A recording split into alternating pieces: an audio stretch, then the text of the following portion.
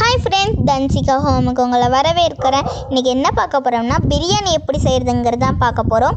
இப்போது ஃபஸ்ட்டு வரது பேர்லாம் எனக்கு தெரியாது, அதனால நீங்கள் பார்த்து ஆட் பண்ணிக்கோங்க.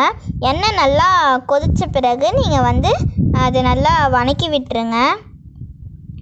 வணக்கினதுக்கப்புறம் நம்ம நறுக்கி வச்சுருந்த வெங்காயம் நம்ம சேர்த்துக்கலாம். கூடவே கீறி வச்சுருந்த பச்சை மிளகாயையும் அதில் சேர்த்திப்போம். சேர்த்ததுக்கப்புறம் ரெட் கலரில் வர வரையிலும் நம்ம நல்லா பொறுமையாக வணக்கி விட்டுட்டே இருக்கலாம். இது கொஞ்சம் ரொம்ப நேரம் ஆகும் நான் வணக்கிறதுக்கு. நீங்கள் அப்பப்போ வணக்கி விட்டுட்டே இருங்க.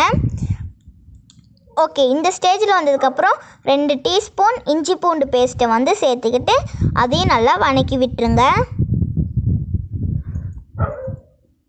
இதில் அப்புறம் நம்ம கொத்தமல்லி புதினா தழை எங்ககிட்ட கொத்தமல்லி இல்லாதனால நாங்கள் புதினா சேர்த்துக்கிட்டோம். உங்கள்கிட்ட கொத்தமல்லி இருந்ததுன்னா நீங்கள் அதை சேர்த்துக்கோங்க.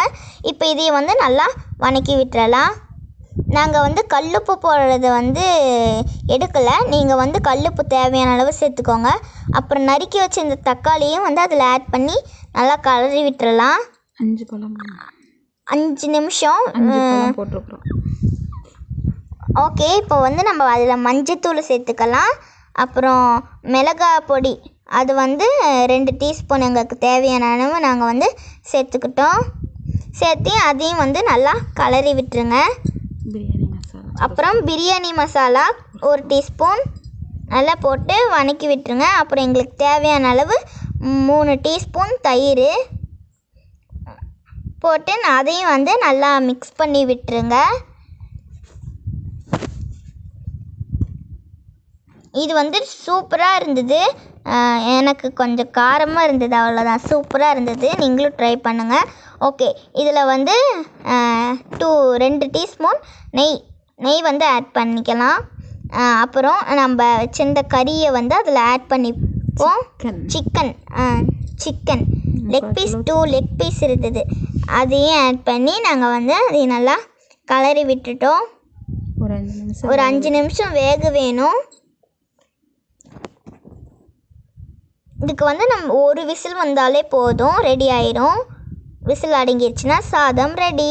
ஓகே, இப்போ இதில் நம்ம தண்ணியில் ஊற வச்சிருந்த அரிசியை போட்டு அதையும் நல்லா மிக்ஸ் பண்ணிடலாம்.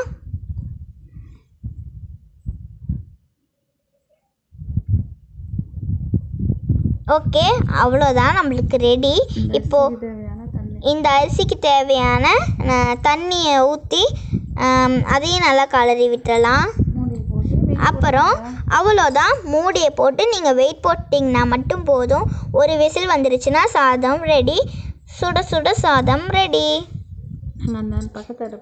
நாங்கள் பக்கத்து அடுப்பில் சிக்கனுக்கு ரெடி பண்ணிகிட்டு இருந்தோம். இது பாருங்கள், சூப்பராக பொரிஞ்சிட்ருக்கு. இது கொஞ்சோண்டு இருந்தனால இதை பொரிஞ்சு இதாகிடுச்சு. ஓகே, இப்போ நம்ம பரிமாறலாம்.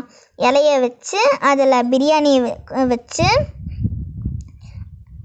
அப்புறம் 3 முட்டையை வச்சு அப்புறம் நம்ம வச்சுருந்தோம்ல சிக்கன், அதையும் வச்சு அது கூட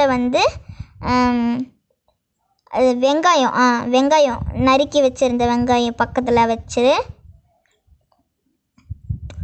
அப்புறம் தயிர் அதில் வெங்காயம் சேர்த்து இந்த தயிர் பச்சடியாக ஆக்கிட்டோம். அப்புறம் தண்ணி வச்சு அவ்வளோதான், நம்மளுக்கான சாப்பாடு ரெடி. நம்ம வீடியோ பிடிச்சிருந்ததுன்னா மறக்காமல் லைக் பண்ணி சப்ஸ்கிரைப் பண்ணுங்கள். பாய்.